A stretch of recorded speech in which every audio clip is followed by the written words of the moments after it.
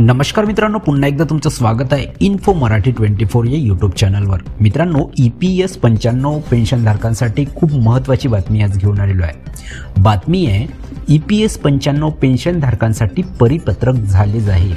कर्मचारी पेन्शन योजनेच्या पेन्शनधारकांसाठी महत्त्वाची घोषणा। मित्रांनो, काय ही महत्त्वाची घोषणा आणि कोणत्याही परिपत्रक आपण नक्की बघूया। पण त्याआधी जर तुम्ही आपल्या चॅनलवर नवीन असाल तर चॅनलला सबस्क्राइब करून बाजूला दिलेल्या बेल आयकॉनला नक्की क्लिक करा।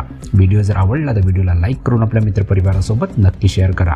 मित्रांनो, कर्मचारी भविष्य निर्वाह निधी संघटनेने कर्मचारी पेन्शन योजनेच्या पेन्शनधारकांसाठी महत्त्वाची घोषणा केली आहे। आता निवृत्ती वेतनधारकांना महिन्याच्या शेवटच्या कामकाजाच्या दिवशी पेन्शन मिळेल याची खात्री करण्यात आली आहे। मित्रांनो, कर्मचारी भविष्य निर्वाह निधी संघटनेने जारी केलेल्या परिपत्रकात स्पष्ट केले आहे की पेन्शन वितरणासाठी पेन्शनची रक्कम शेवटच्या कामाच्या दिवसापूर्वी पेन्शनधारकांच्या खात्यात जमा करावी।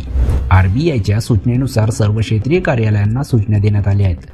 ते पेन्शन वितरण करणाऱ्या बँकांना आवश्यक सूचना पाठवतात जेणेकरून पेन्शन वेळेवर मिळू शकेल। पेन्शनला विलंब झाल्यास नुकसान भरपाई दिली जाईल। मित्रांनो, नव्या नियमानुसार पेन्शनला विलंब झाला तर त्यामुळे पेन्शन वितरण करणाऱ्या बँकेला पेन्शनधारकाला थकीत रकमेसाठी वार्षिक 8% व्याजासह भरपाई द्यावी लागेल।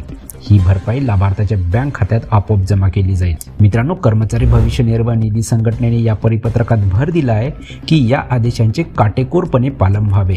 सर्व कार्यालयांना सूचना दिल्या आहेत, ते सुनिश्चित करतात की त्यांच्या बँका या मार्गदर्शक तत्वाचे पालन करतील। पेन्शन पात्रता आणि तपासण्याचे मार्ग। मित्रांनो, 10 वर्षे सेवा पूर्ण केलेले कर्मचारी वयाच्या 58व्या वर्षानंतर कर्मचारी पेन्शन योजनेअंतर्गत पेन्शनसाठी पात्र आहेत। EPF आणि EPS पेन्शनमध्ये योगदान देणारे कर्मचारी या पेन्शनचा लाभ घेऊ शकतात। मित्रांनो, आपण बघूया PF शिल्लक कशी तपासायची। मित्रांनो, कर्मचारी भविष्य निर्वाह निधी संस्थेमध्ये खाते असलेले कर्मचारी SMS किंवा मिस कॉलद्वारे त्यांचे PF शिल्लक तपासू शकतात। यासाठी तुम्हाला EPFOHO UAN LAN टाईप करा आणि 77 38 29 98 99 वर SMS पाठवा किंवा 011 22 90 1406 वर मिस कॉल द्या। तर मित्रांनो, कशी वाटली ही कामाची बातमी? जर बातमी कामाची आणि महत्त्वाची वाटली असेल तर व्हिडिओला लाईक करून आपल्या मित्रपरिवारासोबत नक्की शेअर करा आणि जर तुम्ही आपल्या चॅनलवर नवीन असाल तर चॅनलला सबस्क्राइब करून बाजूला दिलेल्या बेल आयकॉनला नक्की क्लिक करा।